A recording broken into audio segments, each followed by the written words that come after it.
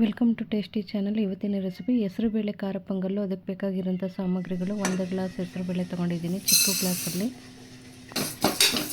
ಅದನ್ನು ಇವಾಗ ಸ್ವಲ್ಪ ಲೈಟಾಗಿ ಬಿಸಿ ಮಾಡ್ಕೊತಿದ್ದೀನಿ, ಹುರ್ಕೊತಾ ಇದ್ದೀನಿ. ಅದು ಹುರಿದಿದ್ದಾಗಿದೆ. ನಂತರ ಹೆಸರುಬೇಳೆ ಕೂಡ ತೊಳೆದ್ಬಿಟ್ಟು ಅದೇ ಮೆಜರ್ಮೆಂಟಲ್ಲಿ 2 ಗ್ಲಾಸ್ ಅಕ್ಕಿ ಗ್ಲಾಸಲ್ಲೇ ಹಾಕ್ಕೊಂಡು ಕುಕ್ಕರ್ ಲಿಡ್ ಕ್ಲೋಸ್ ಮಾಡಿಬಿಟ್ಟು 3 ವಿಷಲ್ ಕೂಗಿಸ್ಕೊತಾ ಇದ್ದೀನಿ. ನಂತರ ಒಂದು ಬಾಣಲೆಗೆ 1.5 ಸ್ಪೂನಷ್ಟು ಕಾಳು ಮೆಣಸು ಹಾಕ್ಕೊಂಡು ಹುರ್ಕೊತಾ ಇದ್ದೀನಿ.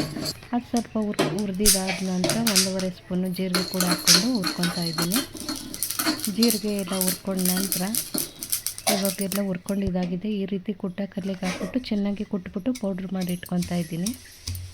ಈ ರೀತಿ ಎಲ್ಲ ಮಾಡಿ ಇಟ್ಕೊತಾ ಇದ್ದೀನಿ. ಈಗ ಕುಕ್ಕರ್ ಕೂಡ ನೋಡಿ, ಎಲ್ಲ ಹೆಸರುಬೇಳೆ ಅಕ್ಕಿ ಎಲ್ಲ ಚೆನ್ನಾಗಿ ಬೆಂದಿದೆ.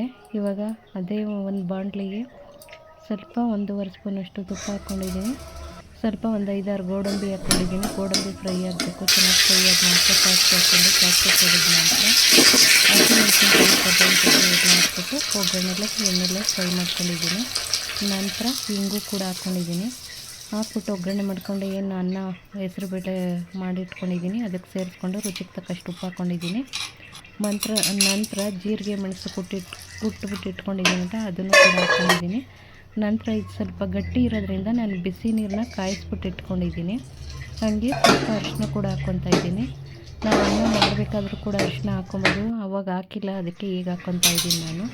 ಹಾಕ್ಕೊಂಡು ಬಿಸಿನೀರು ಹಾಕ್ಕೊಂಡು ಎಲ್ಲ ಚೆನ್ನಾಗಿ ಮಿಕ್ಸ್ ಮಾಡಿದ ನಂತರ ಲಾಸ್ಟಲ್ಲಿ ಸ್ವಲ್ಪ ಕಾಯಿ ತುರಿ ಕೊತ್ತಂಬರಿ ಸೊಪ್ಪು ಹಾಕ್ಕೊಂಡು ಒಂದು 2 ನಿಮಿಷ ಕುದಿಸ್ಕೊಂಡ್ರೆ ರುಚಿಕರವಾದಂಥ ಹೆಸರುಬೇಳೆ ಖಾರ ಪೊಂಗಲ್ಲು ಸವಿಯಲು ಸಿದ್ಧ.